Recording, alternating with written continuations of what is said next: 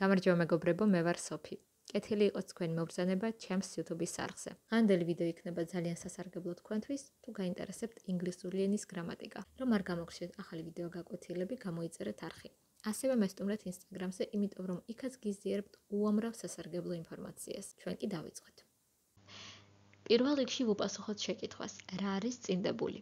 წინდებული დამხმარე მორფოლოგიური ელემენტი, რომელიც წინ უძღვის ან წინ მიერთვის სახელს და მართავს მას ბრუნვაში. გამოხატავს ან აზუსტებს მდებარეობას, მიმართულებას, დანიშნულებას და ასე შემდეგ. არსებობს რამდენიმე სახის წინდებული და ერთ-ერთი არის ადგილის წინდებული. ადგილის წინდებული გამოიყენება იმისთვის, რომ დავაკონკრეტოთ რაღაცის ადგილმდებარეობა ან პოზიცია. ადგილის წინდებული გამოიყენება მხოლოდ იმ შემთხვევაში, თუ სუბიექტი არ მოძრაობს. ფრაზა, რომელშიც არის ადგილის წინდებული, პასუხობს კითხვაზე სად? წინადადებაში ადგილის წინდებული ყოველთვის არის არსებითი სახელის წინ. შევხედოთ გავრცელებულ ადგილის წინდებულებს. გავრცელებული ადგილის წინდებულებია in, she, on, ზე, at, she ანახლოს, under, ქვეშ, above, ზევით, near, ახლოს, next to, გვერდით, behind, უკან, in front of, წინ, between, შორის, outside, გარეთ, inside, შიგნით. გავიმეოროთ. in, she, on, ზე, at, she ანახლოს, under, ქვეშ, above, ზევით, near, ახლოს, next to, გვერდით, behind, უკან, in front of, წინ, between, შორის, outside, გარეთ, inside, შიგნით. ახლა კი განვიხილოთ თითოეული. დავიწყოთ წინდებულით in. in, როგორც აღვნიშნეთ, არის she. გამოიყენება, როდესაც ვაზუსტებთ, რომ ობიექტი ან სუბიექტი არის რაღაცის შიგნით. მაგალითად, the books are in the bag. წიგნები ჩანთაშია. The books are in the bag. in არის she, შესაბამისად in the bag ნიშნავს ჩანთაში. The books are in the bag. წიგნები ჩანთაშია. Bag არის არსებითი სახელი. წინდებული ყოველთვის გამოიყენება არსებითი სახელის წინ. ამიტომ ვამბობთ in the bag და არა the bag in, როგორც ქართულად ვიტყოდით, ხო? ჩანთაში. მაგრამ ინგლისურად ვამბობთ in the bag. წინდებული ყოველთვის უნდა იყოს არსებითი სახელის წინ. The books are in the bag. წიგნები ჩანთაშია. შემდეგი წინდებული არის on, ზე. on, ზე. გამოიყენება ისეთი მოქმედების ან სიტუაციის აღწერის დროს, რომელიც ეხება ზედაპირებს. მაგიდას, იატაკს და ასე შემდეგ. მაგალითად, the cat is on the table. კატა მაგიდა ზეა. on არის ზე, შესაბამისად on the table არის მაგიდა ზე. ანუ ჩვენ არ ვამბობთ the table on, ხო, მაგიდა ზე. რადგან ინგლისურში წინდებული ყოველთვის იწერება არსებითი სახელის წინ. არსებითი სახელი ამ წინადადებაში არის table, შესაბამისად მაგიდა ზე იქნება on the table, იმიტომ რომ on ყოველთვის გამოიყენება არსებითი სახელის წინ. ამიტომ არის on the table. The cat is on the table. კატა მაგიდა ზეა. on ნიშნავს ზე. შემდეგი წინდებული არის at, she, ანახლოს. გამოიყენება სხვადასხვა კონტექსტში, სადაც მითითებულია კონკრეტული ადგილები, ტერიტორიები, მდგომარეობები ან ეტაპები. მაგალითად, we will meet at the park. ჩვენ შევხვდებით პარკში. park არის არსებითი სახელი. წინდებული ყოველთვის იწერება არსებითი სახელის წინ ინგლისურში. ამიტომ პარკში არის at the park და არა park at. ხო, პარკში, but at the park. იმიტომ რომ at ყოველთვის უნდა იყოს არსებითი სახელის წინ. არსებითი სახელი ამ წინადადებაში არის park. We will meet at the park. ჩვენ შევხვდებით პარკში. შემდეგი წინდებული არის under, ქვეშ. Under, ქვეშ. გამოიყენება იმის აღსანიშნავად, რომ რაღაც ან ვიღაც არის სხვა ნივთის ან ობიექტის ქვეშ. მაგალითად, the shoes are under the bed. ფეხსაცმელი საწოლის ქვეშაა. The shoes, ფეხსაცმელი, are under the bed. საწოლის ქვეშაა. ქართულად ვამბობთ საწოლის ქვეშ. ჯერ საწოლი, მერე ქვეშ. მაგრამ ინგლისურად როგორც აღნიშნეთ, წინდებული ყოველთვის იწერება არსებითი სახელის წინ, შესაბამისად უნდა ვთქვათ under the bed და არა the bed under. იმიტომ რომ წინდებული ინგლისურში ყოველთვის გამოიყენება არსებითი სახელის წინ. არსებითი სახელი ამ წინადადებაში არის bed. ამიტომ საწოლის ქვეშ იქნება under the bed და არა the bed under. The shoes are under the bed. ფეხსაცმელი საწოლის ქვეშაა. კიდევ ერთი ადგილის წინდებული არის above. ზევით ან მაღლა. გამოიყენება მაშინ, როდესაც ნივთი მდებარეობს უფრო მაღლა ვიდრე სხვა ობიექტი. რაღაცაზე უფრო მაღლაა. მაგალითად, the picture is above the fireplace.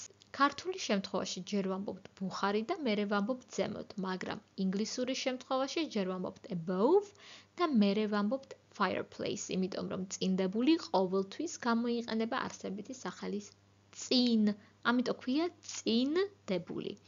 The picture is above the fireplace. კიდევ ერთი ადგილის წინდებული არის near, ახლოს. გამოიყენება მაშინ, როდესაც ნივთი ან ადამიანი ახლოსაა სხვა ობიექტთან. ადვილია. მაგალითად, the coffee shop is near the office. ყავის მაღაზია ოფისთან ახლოს არის. The coffee shop, ყავის მაღაზია, ყავის კაფე is near the office. ოფისთან ახლოს არის. ოფისთან ახლოს ვამბობთ ქართულად, იმიტომ რომ ქართულად ჯერ უნდა ვთქვათ ოფისთან და მერე უნდა ვთქვათ ახლოს, მაგრამ ინგლისურად ვამბობთ near the office. ანუ ჯერ ვამბობთ near წინდებულს და შემდგომ უკვე ვამბობთ არსებით სახელს, რადგან წინდებული ყოველთვის არის არსებითი სახელის წინ. დავიმახსოვროთ ეს კონსტრუქცია. Near the office, ოფისთან ახლოს. The coffee shop is near the office. ყავის მაღაზია ოფისთან ახლოს არის.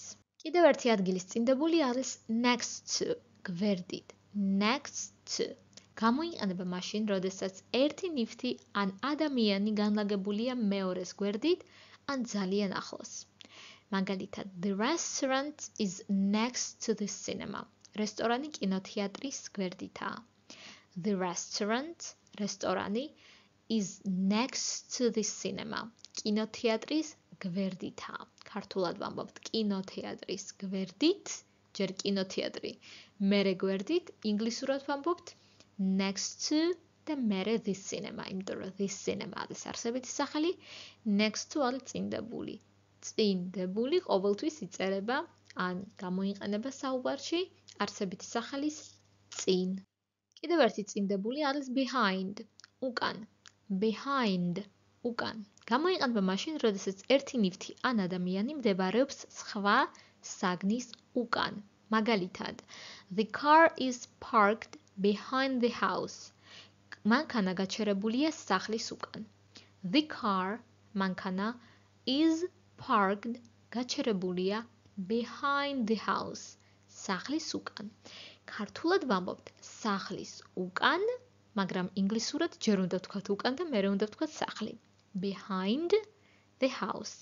იმიტომ რომ behind არის წინდებული, წინდებული ყოველთვის გამოიყენება არსებითი სახელის წინ. არსებითი სახელი ამ წინადადებაში არის the house. შესაბამისად ვამბობთ behind the house და არა the house behind. Okay?